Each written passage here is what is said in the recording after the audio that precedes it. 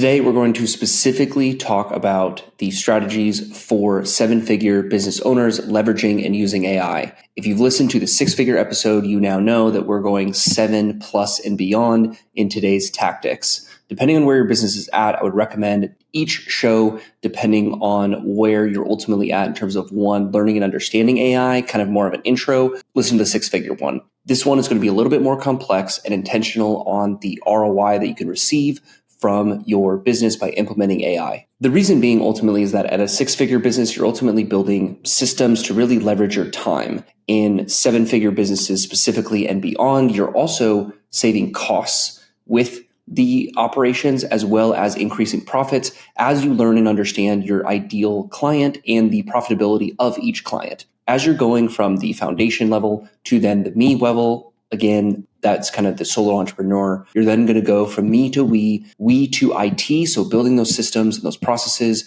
and then eventually to scaling. After scaling, you're then going to sell at some point. Whether you like it or not, at some point, the business ultimately has a lifespan that you need to be aware of and recognize the enterprise value and how you structure the company. Now, we're not going to go through structuring today. Specifically, we're going to go through in this episode is how you can save up to 40 to 50% of operational costs while building a business that's scalable, sustainable, and future-proof by ultimately building, regurgitating systems that are going to allow you to be ahead of the curve and not just constantly doing what you are, but also becoming what the market needs. So the idea of going beyond and being better than your current self and being the best, right? And using AI to ultimately help empower your team and yourself to be that best version of yourself and best company. Specifically, we're going to go through things like profit, operations, workflow, expansion, and resource management. Now, as I've been talking to more business owners, a big thing that I find is that there's this idea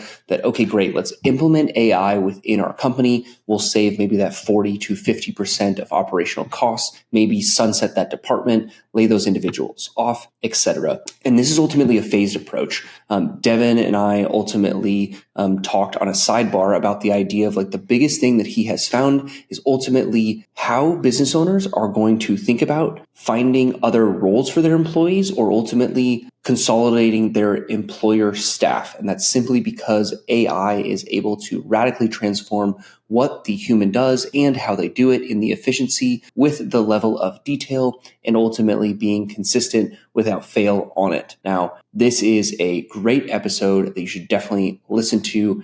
Questions on this, definitely reach out to myself or Devan. We're here to help. And it's something that we've ultimately implemented in the Octane group because by all means, we can hear about AI till we're blue in the face, but ultimately we need to implement AI and understand the cost of implementation, the benefit of implementation, and ultimately doing right. There's a difference between ultimately putting AI in to give you the information for you to consume. There's also a different AI in terms of building a, say, agent, for example, that's going to help perform a task. And then there's an even better solution with AI where ultimately you have several agents that then talk to a managing agent that then is an input and a catalyst to several other different tasks, execution, and agents as well. Imagine essentially doubling your employee headcount overnight, if you will, without adding additional humans to that. So the ability to have more workload without the ability to have more output without the ability to adding more headcount. Now, again, a lot of nuances here, but this was a very impactful episode that I want you to listen to if you're thinking about AI, which you should be, but more importantly, how do you use AI and what sort of things you should watch out for as you are a seven-figure plus business. And today we have Devan Dillard back to talk more about AI agents and the experience of taking and helping business owners who are at kind of that seven-figure mark up into the 8 and beyond using, automations and these just, again, agents that are just fascinating to learn about. We'll spend some time going through a couple different ones. So Devan, welcome back. What's up, man? Appreciate it having me back on, bro. Yeah. So this is an important thing, especially when you're at kind of that seven-figure, mark and you're looking to grow or needing to grow, right? Because maybe you just have a ton of customers coming in. And so, using AI agents is going to be transformational to help you with that, really to sleep more, to get more done, and to, help more. So definitely the seven-figure mark, it's a lot about, automation and delegation, and definitely focusing on profit margins. In terms of profit margins, is it because we're able to like increase revenue and reduce expenses? Is it just increasing revenue? Are we just decreasing expenses because we're hiring, if you will, these AI agents as opposed to like normal staff? Like when you think of profit margin using AI, like what comes to mind? Yeah, so there's a couple things. It is a dynamic of both, right? Okay. The goal is to be able to scale your business without scaling your expenses, right? So when I talk about scale, there's systems that need to scale, but your goal in scaling is also revenue, right?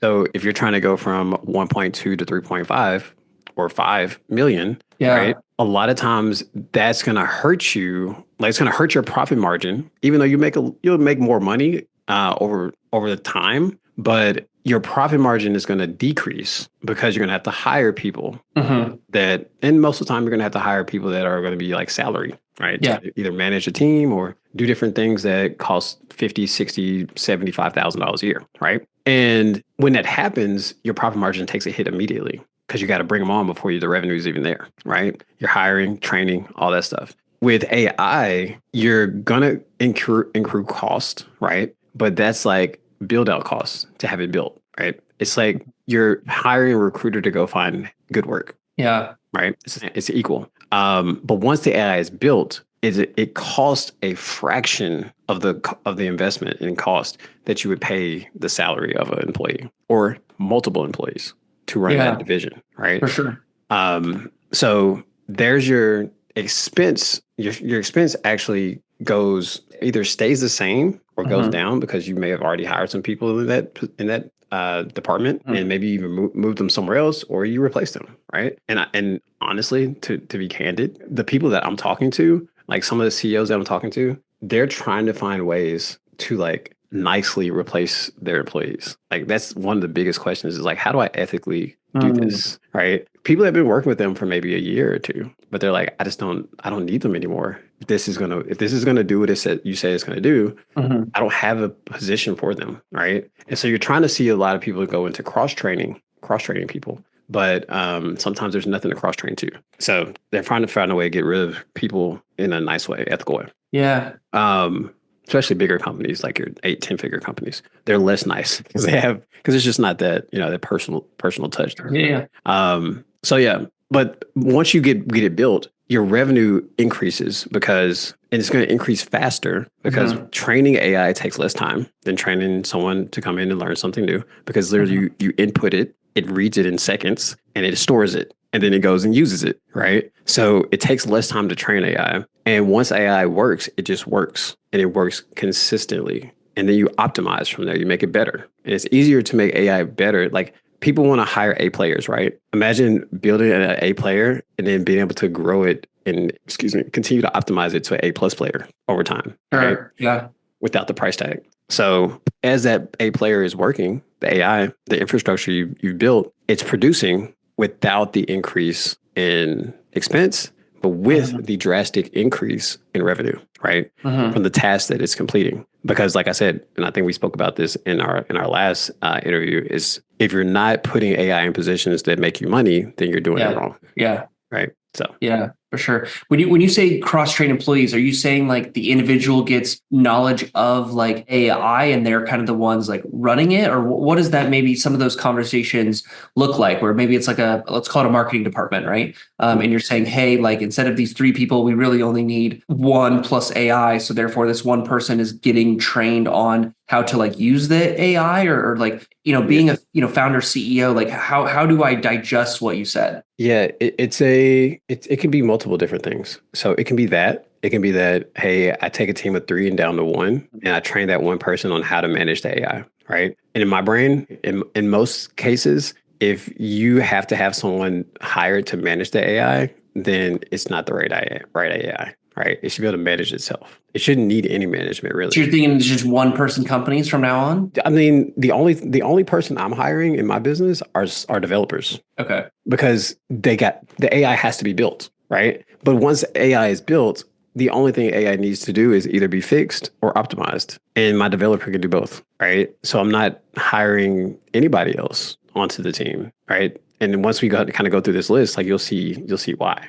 It's like I've filled every position with AI. For business owners, does that mean they should be thinking about, hiring developers Yeah. as well? Okay. And is it certainly, it could depend on the company size, but are we talking like, someone off Fiverr who's, $20 an hour kind of thing? Or are we talking someone who's No, making 180? it's a position that I would hire someone that actually knows and has experience with doing it for a while. Like the Okay. developer I hired, he's got a few years of experience already. Okay. Right. So like you need someone that can hop on it, get fixes done fast, and can be working on other projects and building things out in your business and optimizing it. Okay. All right. I mean, in terms of like because now like as a founder, CEO, business owner, I'm then now kind of thinking of like, okay, like, all right, so I can really change who and how I hire. And then, it's gonna, grow and be, but like what sort of like cost expenses do I anticipate? So if my first initial question is just the idea of, maintenance cost in terms of AI, like AI is a general term. Like, are we talking $20 a month? Is it $2,000 a month? Are we just It can using be, it can Chat be, GPT like pro kind of thing? Or I mean, it seems like you're doing custom stuff, right? yeah. Yeah. So you're Okay. probably going to look at somewhere between $500 to $1,000 a month. Okay. Like when everything is done and set for. That's in like subscriptions for tools. Okay. And then usage costs, depending on how big of a business that you have and what type of a business that you have, right? That could drastically different for different businesses. Yeah, right? sure. Yeah. So it can go from usage costs of $100 a month to a few $1,000 a month, right? Depending on what type of volume and things you do in your business. It's like if you're an accounting firm, right? You build an accounting agent that handles finances, but it also handles finances for your clients, then your volume is going to be crazy. Like if you're a 7-8 figure accounting firm. Yeah, sure. Right. Versus someone like me who runs a marketing consulting AI business, right? Then I don't use a lot of accounting. It's only doing my accounting. Yeah, sure. Okay. Yeah. But my marketing agents and marketing team, they do my stuff, my client stuff. Like I'm building stuff with them on those platforms. So I'm going to spend more usage costs, but that usage cost still doesn't touch like the amount of like operations the accountant firm is going to use. Yeah. Okay. So there's always going to be higher than mine. So that's the difference. It's like it depends on what your business focus is and the industry that you're in will determine like what the back end usage cost is going to be for you and what type of subscriptions levels you're going to need. Yeah. Okay. So I mean that makes. I mean, plus potentially bringing someone like yourself on to do like an initial consultation. I guess, are you doing consultation or are you doing ongoing? It may Consultations depend. and build outs. Okay. So like, Yeah. to bring somebody like me on to do an entire job like that, could go somewhere between 10, 20 grand. Okay. Right. And then, and it's funny because what we run into in our industry when I talk about that is people are like, man, 10, 20 grand. I'm like, bro, you're either going to pay me 10 to 20 grand to build out something that's going to cost you $2,000 a month, or you're going to hire 5 people that are going to cost you 70 grand a year, right? And more if you give them benefits, right? Over time, you're winning paying me 10 to 20 grand every time. Yeah, especially with the apples to oranges, right? So like as a business owner, like I'm comparing what's currently being done to you doing exactly that, right? But as we talk about, the A player, the A plus player, right? And I could have the A players by all means, but the ability to optimize as things come up tangentially, that then means like we're, in a completely different, class. And you don't even think about risk. The risk aversion that you have of the future is like that A player. Yeah, if someone leaves or something, yeah. AI is not leaving. Yeah. That's a huge one that gets CEOs that have bigger businesses because they've been through it. 6-figure businesses haven't really lost a lot of people, but 7-8-figure business, they've lost people and they know what the cost is to have to replace that person. Yeah. And so like, if you got to replace somebody every 2 years because that person either grows out of their position, they take another job or whatever, like it's costly in time and money and retraining them, hoping that they're going to be as good as the last person. Sure. Yeah. And care and all these things. Yeah. I mean, so ultimately we just spend some time going like up the kind of expense ladder, if you will, right? Hey, it's a little bit of this and this and this, kind of piece, right? Yeah.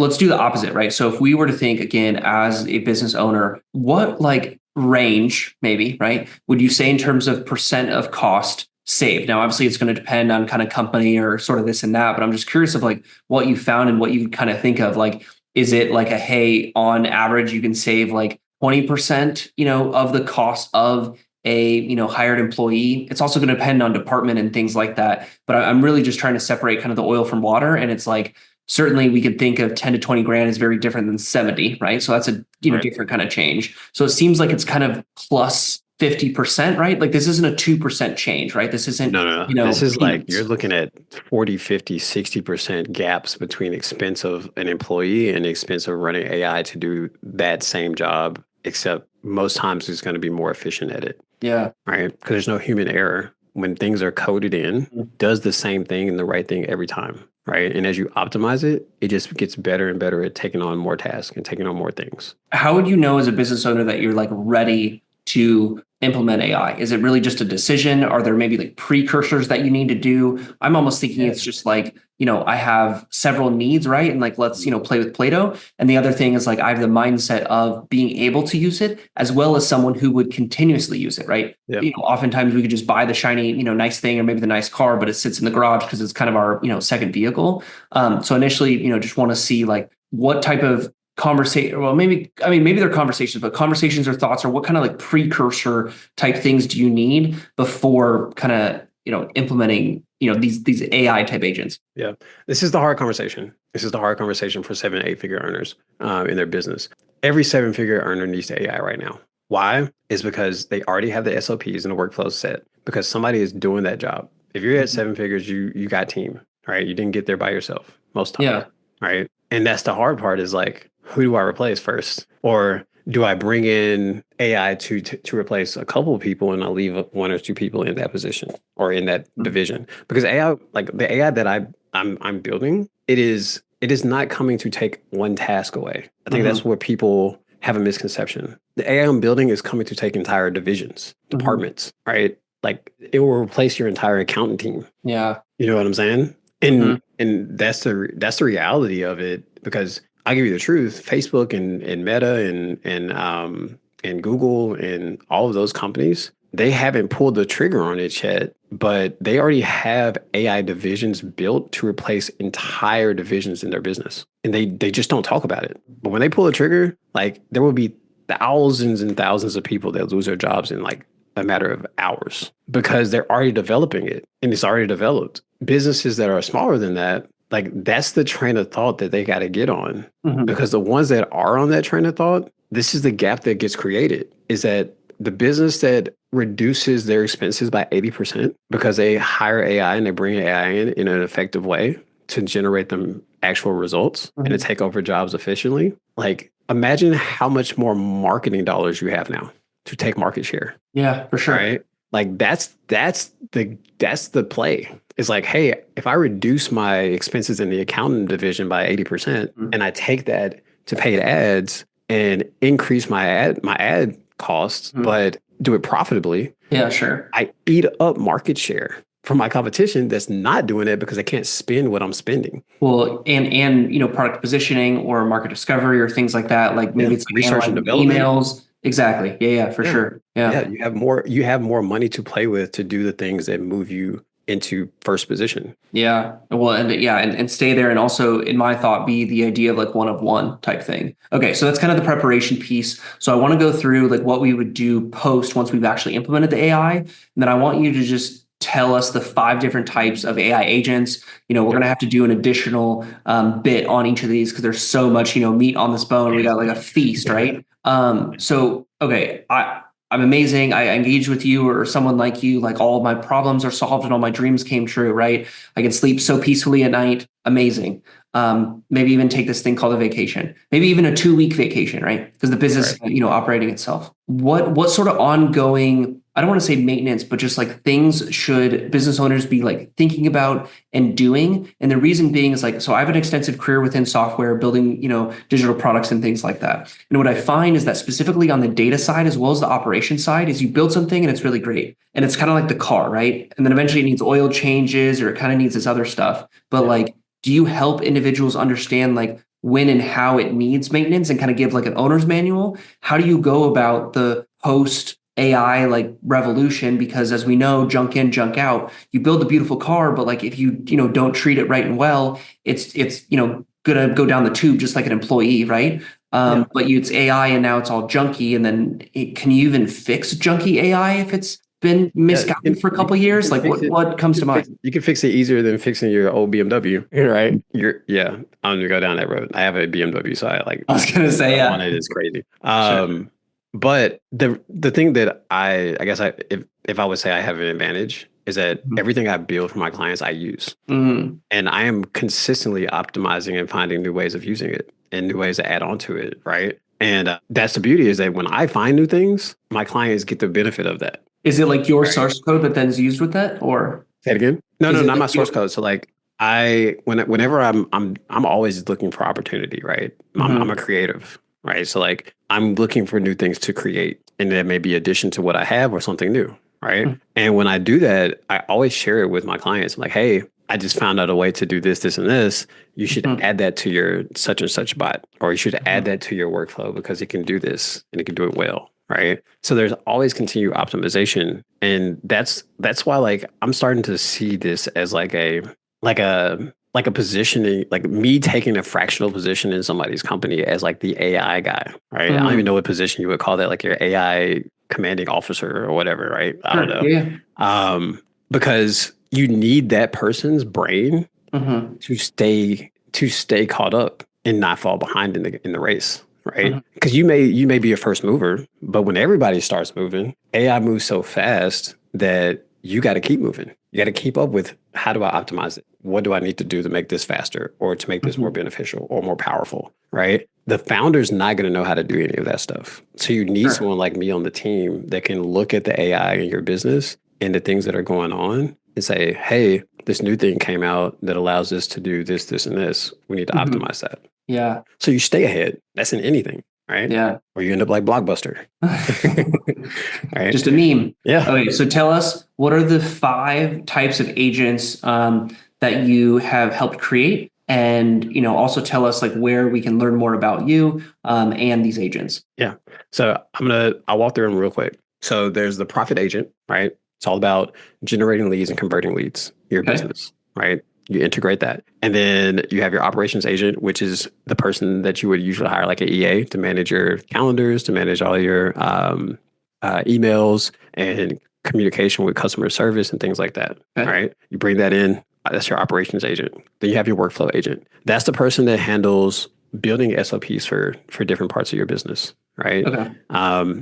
AI is just an employee. It needs structure. It needs SOPs that it can follow to do its job, Mhm. right? Well, what if you had someone that can optimize SOPs throughout the entire process as it's taken in data from different departments, right? And optimizing them for you. And then you have your expansion agent, which is your content. It's like, how do you expand the reach of your business, right? On a daily basis. How are you optimizing your content strategies? How are you optimizing your marketing positioning, right? What's in your business that can do that? That's the expansion agent, right? It comes up with the ideas and then it uses those ideas and it goes and executes through the automations and through the other agents that it has on its team, right? And then you have the resource agent, right? And this is kind of like your financial system. It's like Okay. things that can look at the numbers. It can look at your ad spend. It can look at your cost for subscriptions. It can tell you when profit margins are getting low and why it's getting low, right? It can Mhm. send you an email like, hey, profit margins is getting low because the expenses in this area went up,